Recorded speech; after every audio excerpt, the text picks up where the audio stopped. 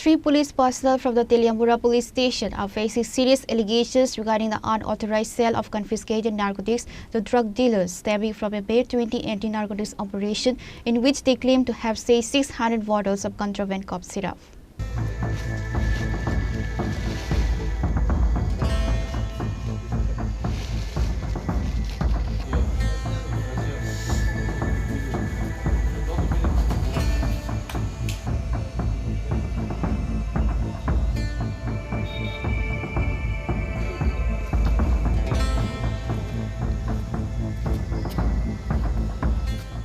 According to sources, during a late-night anti-narcotics drive on May 20, the Teliamura police conducted a raid and claimed to have seized 600 bottles of contraband cough syrup.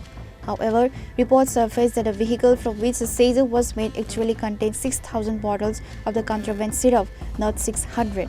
It is alleged that the police entered into a secret understanding with the drug smugglers, seized only 1,000 bottles, officially recorded a seizure of 600 bottles at the police station, and illegally sold the remaining 400 bottles in the black market.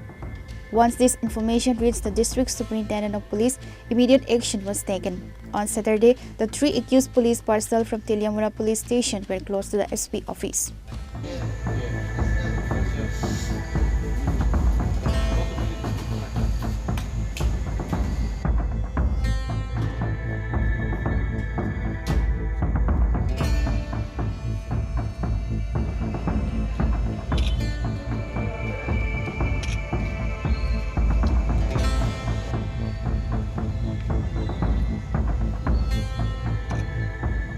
The District Superintendent of Police KB Jagdishwar Reddy has ordered a departmental inquiry against the accused officers for allegedly selling the seized cough syrup from police custody to drug abusers in the open market.